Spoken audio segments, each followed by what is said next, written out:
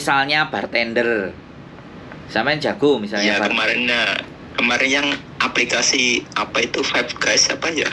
Itu banyak sekali job-job cowok yang masuk situ Mas. Cuman kan saya kan telusuri, saya baca persyaratannya, wah itu emang harus benar-benar profesional. Kayak yang kemarin itu di sales eksekutif itu kayaknya harus bisa bahasa Kantonis, terus lulusan S1 gitu. Nah, itu kalau sampean yang job-job yang domestic helper nggak ada di situ. Iya, kalau sampean bisa kurikulum vitae-nya memenuhi itu, sampean masukkan aja. Kan namanya juga nyoba, nggak ada masalah. Coba-cobain aja semua. Kalau Five Guys itu restoran dari Amerika kalau nggak salah. Jadi jualan burger. Itu memang benar ada di Hong Kong. Ada Five Guys. Five Guys ada. Tapi nggak apal-apal ya. Nggak. Itu ya apa aplikasinya ya? Iya, kan bener itu. Cuman kan pernah mencoba mengirimkan coba mendaftar pakai alamat email saya gitu kan. Yang terus saya buka aplikasinya, syaratnya saya nggak memenuhi syarat itu. Jadi ya saya abaikan saja lah. Ya banyak sekali pemberitahuan lowong job-job yang dari Five Guys itu masuk ke email saya gitu Mas. Ada 25 job gitu. Iya, dia mau buka cabang banyak itu. Saya kemarin juga malah sama manajernya langsung ditawarin suruh masuk kerja. Gaji 14.000 Hongkong dolar. Saya nggak jalan. Saya jadi YouTuber aja. Nggak apa-apa, itu profesional Mas. Gitu. Oh, profesional harus punya pengalaman ini itu ya. Iya, ya nggak apa-apa. Kalau memang kualifikasi sampean masuk ya ikut. Coba aja. Saya nyarinya yang bisa ya kayak jaga-jaga kakek apalah. Ya makanya dicoba terus sampai akhirnya nanti nemu. Seperti itu nggak bisa. Sampai akhirnya sampai nemu jalan, sampai coba terus, itu sudah jalan yang benar. Kalau kayak sampean itu jalannya udah bener, nggak jalan pintas nyari di aplikasi. Saya juga sebelum ke Hong Kong saya nelitinya juga 6 bulan kok. Saya cari-cari infonya 6 bulan Mas. Ya nggak sebulan 2 bulan, sampai 6 bulan saya nyari info, setengah tahun. Jadi begitu berangkat pun saya sudah ready, sudah siap. Saya pernah punya pikiran kayak gini ya Mas. Misalkan memang benar sih saudara saya itu kan udah lama di Hong Kong, ada 6 tahunan lah. Nah saya kan dulu kan belum tahu apa-apa, terus rasanya pengen kerja ke Hong Kong ikut saudara saya. Tapi caranya gimana gitu? Apa saya harus pakai visa turis atau apa? Dan itu pun saya pikir-pikir ulang gitu Mas. Nanti resikonya ini itu, dan akhirnya saya lihatlah YouTube jenengan, YouTube-nya Miss Yuni dan lain sebagainya. Kalau ternyata itu cowok itu di Hong Kong itu memang 1001 lah. Jadi untung-untungan atau beso-besonan gitu. Ya kemungkinan tetap ada, ya kan. Kan kalau sampean baru nonton saya, belum nonton semua. Yang lama-lama konten saya juga ada. Kalau sampean sudah nonton semua, yang menceritakan tentang turis bisa berjuang di Hong Kong kan ada. Iya, saya pernah juga lihat itu. Jadi perjuangannya kan harus pintar-pintar kita sendiri lah ya Mas. Nah, betul. Jadi memang seperti itu, tetapi sekali lagi kalau sampean sudah mainnya aplikasi, melihatnya sosial media, itu cara cerdas menurut saya. Terus dikonfirm, ditelepon lagi dengan saya, dikonfirmasi. Nah, saya yang ada posisi di sini itu lebih double valid gitu loh. Daripada cuman aplikasi aja, di double confirm namanya. Ya, makanya sampean sudah beda sama yang lain. Sudah oke, lanjutkan perjuangan sampai nanti akhirnya ketemu jalannya, Mas. Kalau memang sampean menginginkan Hong Kong untuk tempat sampean berjuang atau adu nasib, nggak apa-apa, silahkan. Itu ya untuk mungkin besok-besoknya ya nggak tahu ya, namanya rezeki kita kan kita yang ngatur ya Mas ya. Ya, jadi kalau kita kan cuma berusaha, berdoa, dan Tuhanlah yang menentukan gimana nasib kita lah, depan, jadi gitu. kalau saya mendengar atau ngomong sama sampean kayak gini, mengingat saya di masa lalu pada saat saya mau berjuang ke Hong Kong. Saya juga cari-cari info, Mas. Ya nggak kosongan. Ibaratnya kita mau dapat ilmu rawa rontek, kan kita harus semedi, kita harus puasa, kita harus riadoh, kita harus berbuat baik, kita harus ibadah sunnahnya apa, tirakatnya apa, sampainya akhirnya nanti menemukan jalannya. Nah kayak gitu, Mas. Jadi supaya tujuan sampean lebih cepat terkabul, banyaklah berbuat baik. Kalau saya kuncinya di situ. Tujuan kita itu akan dipercepat selama kita benar-benar berbuat baik. Berbuat baik itu kan banyak cara gitu, banyak faktor. Jadi supaya mempercepat apa yang menjadi tujuan kita. Iya. Nah, berdoa usaha ya, tapi berbuat baik itu menjadi kunci. Kalau kita banyak berbuat baik, bisa nolong kiri kanan atas bawah. Sekali lagi menolong juga tidak dalam bentuk uang saja gitu. Termasuk begini ini kan bagian dari memberikan informasi. Walaupun saya cuma punyanya lilin, ketika orang nggak tahu gelap, tak kasih penerangan walaupun cuma lilin, kan kelihatan tetap samar-samar. Itu sudah nilai menurut saya. Makanya konten saya gunakan untuk seperti itu, Mas. Jadi biar nggak banyak orang yang tersesat. Tapi sekali lagi yang menelpon bukan hanya orang yang butuh bantuan saja atau konfirmasi saja, tapi kadang-kadang play victim. Jadi dari dia bermusuhan dengan orang lain, dia cerita ke kita, ya biasalah, mendiskreditkan lawannya. Jadi ada yang sudah digunakan seperti itu, play victim. Makanya kan kita kadang-kadang ya menyaksikan kejujuran orang itu kan ya harus dilihat dari tata cara dia berbicara, tata cara dia menyampaikan, logis apa enggak, masuk akal apa enggak, ini benar yang dia omongkan apa enggak. Jadi di situ juga sekarang sudah mulai mengarah ke situ.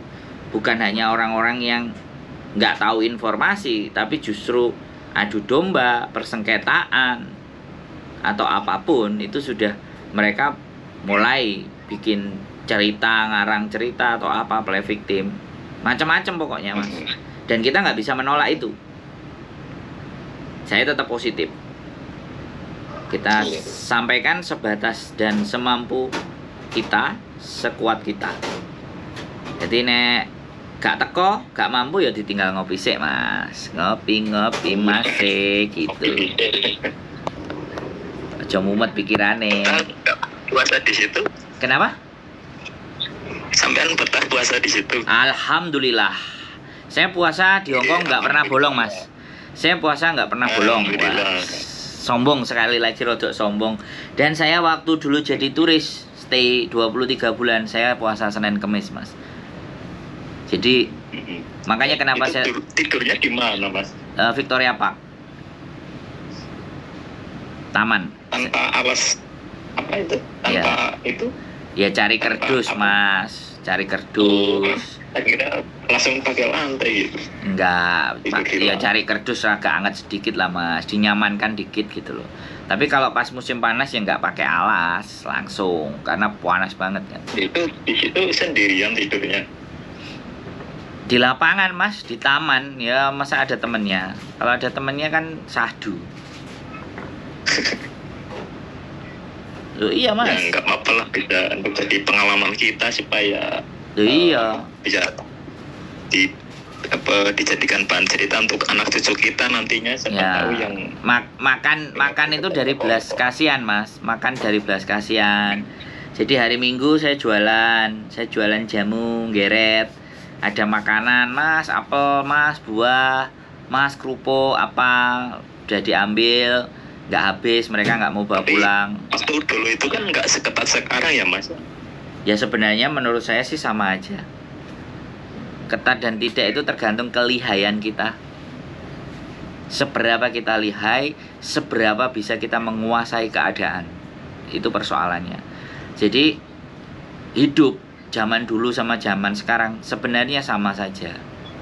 Yang membedakan adalah kita mau nggak menggali pengetahuan. Kayak sampai tadi, browsing aplikasi pekerjaan apa sampai Five Guys sampai cari, nanti sampai cari lagi Open Rice lagi. Saya dulu pernah di Open Rice, cari kerjaan di Open Rice, tapi ya ternyata sama mbak-mbak aja udah cukup kerjaannya, sudah bisa dapat makan, ya sudahlah. Saya nggak berharap sesuatu yang lebih, dan saya tujuannya bukan mencari uang memang. Ya ini yang menjadi pembeda. Tujuan saya ngetes awak, aku iso urip gak, terus uripku bermanfaat gak. Bertahan dia. Iya, bertahan hidup, survival, itu aja sih. Karena kalau orientasinya duit, kita pasti akan bernafsu. Orientasinya kan sampai sejauh mana saya bisa bertahan, gitu aja. Dan ternyata bertahan saya sampai 23 bulan. Setelah itu 5 kali dideportasi sudah. Ternyata Hong Kong hanya mentoleransi 23 bulan atas diri saya. Ya nggak tahu itu pencapaian rekor.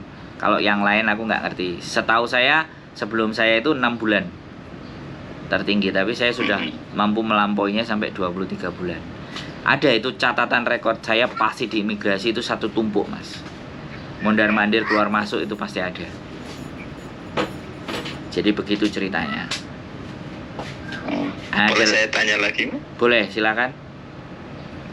Kalau yang paper itu maksudnya gimana? Paper itu minta suaka, Mas, minta garansi hidup. Oh, enggak, awalnya itu dari Dia ketangkap. Atau... Dia ketangkap. Dia overstay, dia ketangkap, dia di penjara, mau dideportasi dia nggak mau. Akhirnya dia memilih suaka.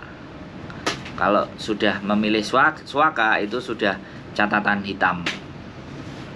Dia bahwa sampai kapanpun nanti kita udah selesai keluar dari Hong Kong mau balik lagi sudah susah dan berat. Kalau kata saudara saya itu yang paper-paperan itu kok bisa kerja di situ ya? Ya makanya kan minta suaka, Mas. Tapi apa boleh gitu kerja? Loh kan buktinya kerja saudaranya samain boleh. Ya bekerja sebenarnya nggak boleh, mereka dapat jatah.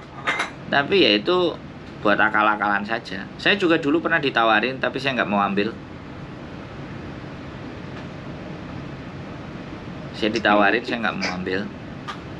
Kalau ataupun dulu ada pilihan memilih overstay, saya memilih overstay, Mas. Tidak memilih paper. Paper itu minta suaka, nggak punya paspor. Jadi dia atas tanggungan sebuah lembaga di Hong Kong. Terus setiap bulan dikasih voucher untuk belanja, untuk kebutuhan, sama kos. Itu misalkan kalau nggak punya paspor terus mau pulang itu gimana? Ya sudah, laporan ke CIA-nya dia. Ke lembaga itu kita lapor, kita mau pulang, kita sudah selesai, ya sudah pulang. Habis itu blacklist balik. Nggak tahu sampai nggak tahu sampai berapa tahun, entah 5 tahun, entah 10 tahun, entah 20 tahun, entah selamanya, saya nggak ngerti. Karena sampai detik ini belum ada yang mencoba paper untuk balik lagi ke Hong Kong. Tapi kalau overstay dan tidak melakukan kesalahan, kemungkinan di tahun kelima bisa balik lagi. Tapi ya tetap catatan, warning, nama, KTP, semua, fingerprint, semuanya didata sama mereka. Jadi saya tidak menyarankan untuk berada di Hong Kong dengan melanggar administratif. Saya tidak menyarankan, sekali lagi saya garis bawahi, saya tidak menyarankan. Karena saya juga nggak punya pikiran untuk ke situ lah, jalan-jalan pintas. Saya nggak mau berurusan dengan aturan negara orang. Saya kan juga butuh hidup yang nyaman gitu. Jadi ya saya harus punya prinsip untuk lebih berhati-hati lagi gitu. Makanya butuh kepandaian, butuh logika, butuh nalar, butuh cara berpikir. Makanya kalau bisa bikin paspornya paspor. Sampean nggak lihat konten saya yang sama cowok itu yang kalau nggak salah 35 menit. Kalau panggilnya komandan. Jadi ada di konten saya. Judulnya saya lupa, dan di situ saya jelasin juga. Kita harus cerdas gitu. Kalau mau merantau kita harus cerdas. Jangan sampai overstay. Usahakan. Walaupun pekerjaan memang melanggar, tapi jangan sampai ketumpuk lagi yang overstay. Kalau sudah kena masalah di overstay itu di negara itu kita tidak bisa survive lagi nanti. Jadi yang menurut saya yang menarik itu yang bekerja di sungguh beruntung yang bekerja di vihara itu ya Mas ya. Menurut saya itu. Ya, kalau menurut saya yang beruntung ya saya, Mas.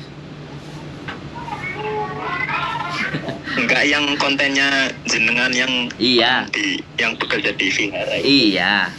Ya sebenarnya sekali lagi saya menelusuri kenapa kok dia beruntung dan semuanya, karena dia memang dari cara berpikirnya sudah polos, sudah lugu.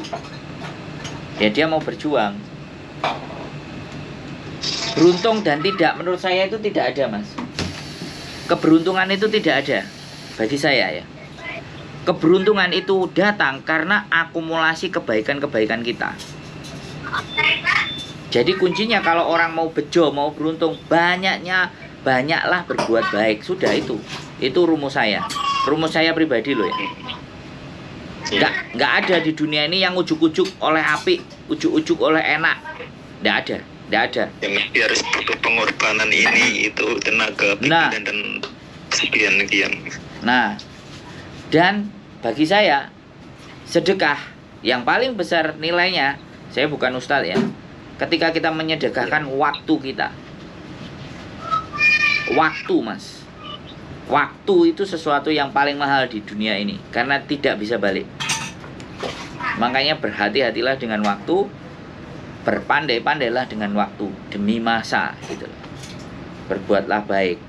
Nek nyedekahkan uang, nyedekahkan harta, semua itu banyak orang yang bisa, tapi untuk menyedekahkan waktu enggak semua orang bisa, Mas. Jarang ya. Itu kan sudah ada dalam surat Al-Quran Al-Asr ya, Mas, sudah dijelaskan ya. Ya, aku nggak ngerti tempatnya, anggap aja begitulah.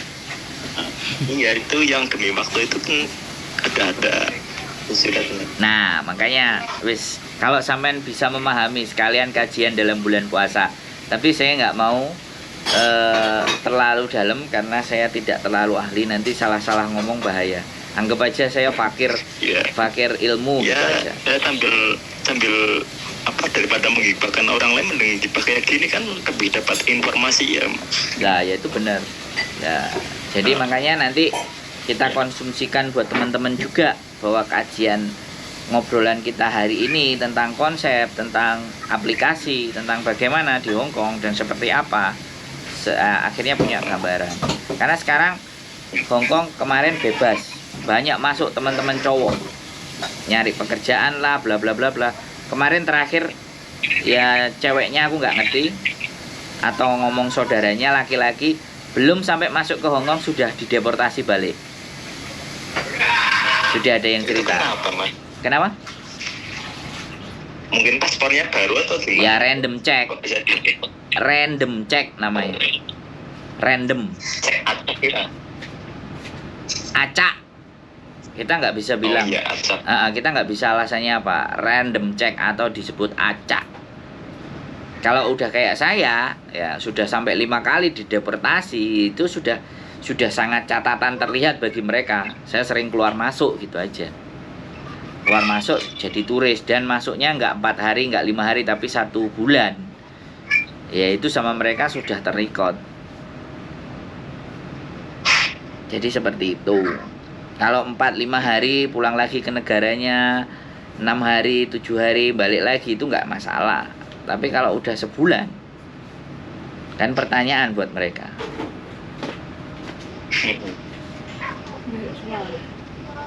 Nah itu. Oke. Kalau ke Makau itu mungkin banyak job cowok ya, Mas. Oke. Untuk Makau kita bahas di pertanyaan sampean berikutnya, karena istri saya mau mengambil kancut karena ruangannya sempit, saya belum punya studio. Jadi diskusi mungkin bisa kita akhiri, nanti kita lanjut kapan lagi karena istri Oke, saya siap. persiapan Nunggu buat bekerja. waktu yang tepat ya Mas ya. Ya, mohon dimaafkan karena ruangannya sempit, nggak punya studio. Jadi istri habis mandi mau balik, masuk di kamera kan nggak masuk. Jadi saya mohon maaf, bisa saya akhiri dan ini saya naikkan ke konten. Mudah-mudahan jadi pembelajaran. Oke, siap. Diskusi kita bisa bermanfaat buat teman-teman yang lain. Terima Amin. kasih banyak Mas ya. Saya juga, Nanti kontak-kontak ya, Mas, lagi. saya mungkin bisa kasih apa pesan-pesan, semoga konten ini bisa bermanfaat ya Mas ya. Siap, gitu aja. Pasti semuanya yang nonton Untuk sudah akan para- ambil nilai. Iya. Oke. Iya, untuk tetap lebih berhati-hati lagi karena banyak modus-modus yang semakin merajalela, ya kita harus punya sikap berhati-hati. Siap. Salam pejuang dolar, oke. Siap, terima kasih, sehat selalu Mas. Selamat menjalankan Iya, ibadah oke. puasa. Wassalamualaikum Amin. warahmatullahi wabarakatuh. Bye Waalaikumsalam bye. warahmatullahi wabarakatuh. Bye bye. Polisi. 46. Ya, entah polisi, entah intel, entah siapa. Ya, apapun itulah, yang penting kita positif aja. Ya, kalau polisi, intel ya syukurlah ada pejabat yang nelpon saya. Anggap aja begitu. Keep stay tune my YouTube channel and see you next video. Bye bye.